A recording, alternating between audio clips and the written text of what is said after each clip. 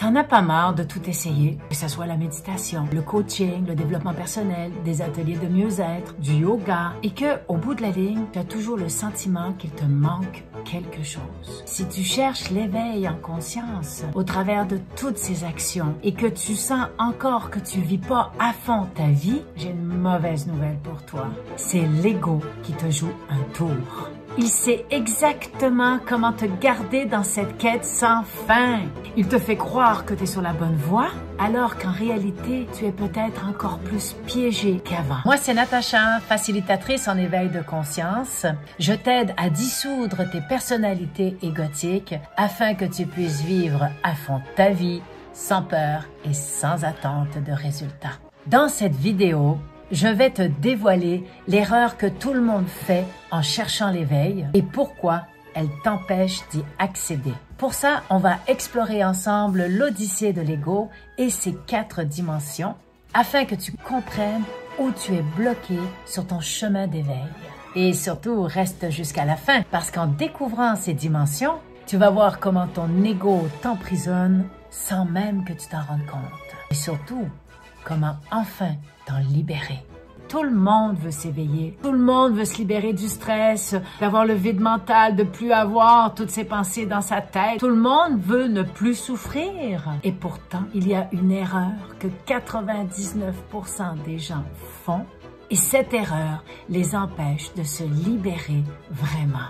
L'erreur, eh bien, c'est que tu crois que c'est toi qui cherches l'éveil, alors qu'en réalité, c'est l'ego qui cherche un autre moyen d'exister. L'ego ne veut pas mourir. Alors, quand il sent que tu veux t'en libérer, il fait quoi? Eh bien, il change de forme, tout simplement. Il se cache derrière la spiritualité, derrière le développement personnel, derrière toutes ces actions que l'on va poser pour s'éveiller. Il se cache même derrière l'idée que tu as de devenir une meilleure version de toi. Mais en réalité, c'est toujours lui qui dirige le jeu. Par exemple, tu crois avancer et pourtant tu tournes encore en rond.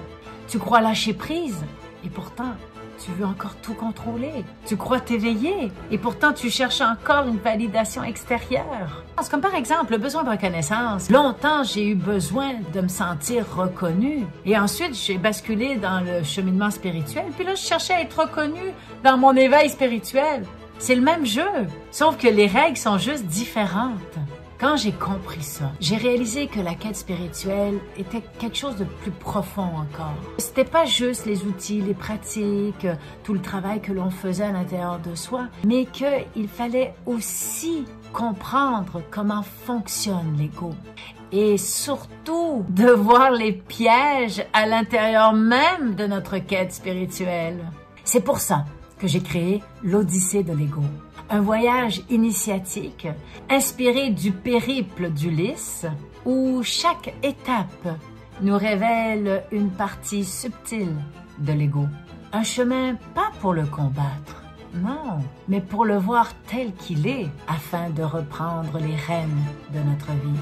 Si l'ego est si puissant, c'est pas parce qu'il se contente de nous piéger une seule fois, non, c'est parce qu'il nous entraîne dans un long voyage. Mais pas n'importe lequel. Un voyage en plusieurs étapes. Une véritable odyssée où nous traversons différentes dimensions, chacune avec ses propres pièges, ses propres illusions et ses gardiens. Dans l'Odyssée de l'ego, j'ai identifié 4 dimensions, comme les étapes d'un périple initiatique. À l'intérieur de ces dimensions, il y a des clans, des gardiens, des archétypes, des forces qui s'opposent et qui créent les jeux subtils de l'ego. C'est ce que nous allons explorer ensemble.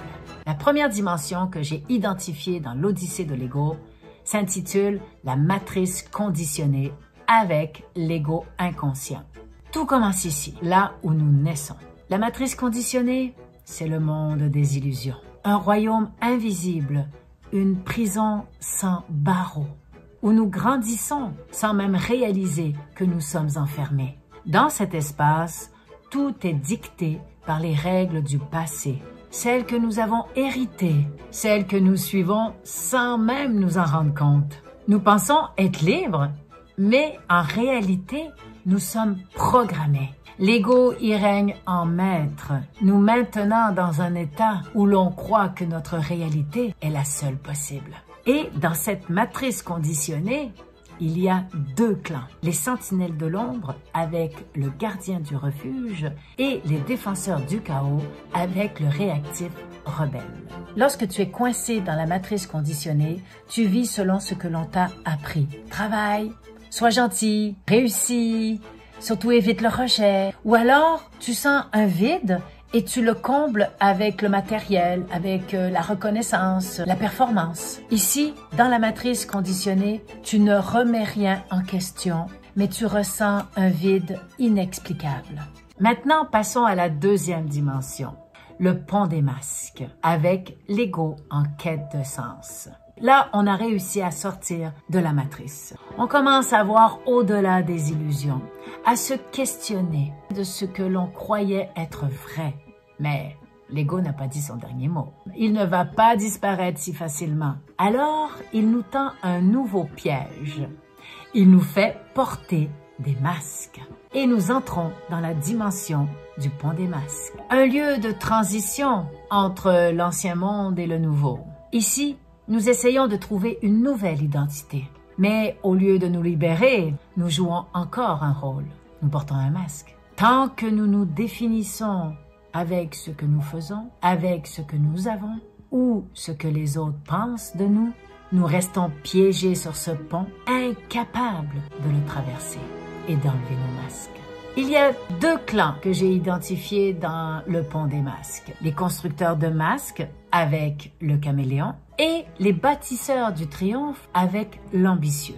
Le signe que tu es vraiment ancré encore dans le pont des masques, tu cherches toujours à être quelqu'un au lieu de juste être. Maintenant, la troisième dimension, c'est le seuil de l'éveil avec un ego subtil.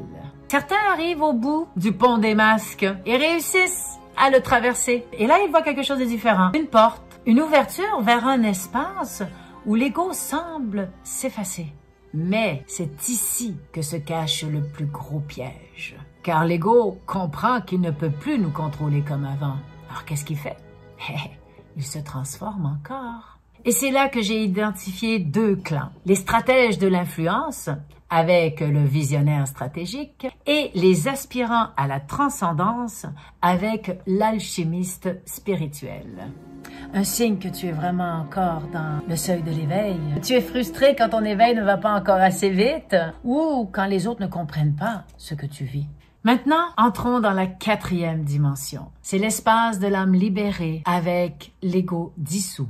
Un jour, quelque chose change. Ce n'est pas spectaculaire. Ce n'est pas un éclair de génie. C'est une évidence. Ici, il n'y a pas de clan parce qu'il n'y a plus d'ego. L'ego est dissous. Ici, on ne combat plus l'ego. On ne le fuit plus. On le regarde et on l'accepte. Et il se remet à sa juste place. Ici, dans l'espace de l'âme libérée, on ne cherche plus à être aimé, à plaire, à performer, à transcender, à atteindre l'éveil. Ici, on vit à fond sa vie. Et c'est ça, la véritable liberté.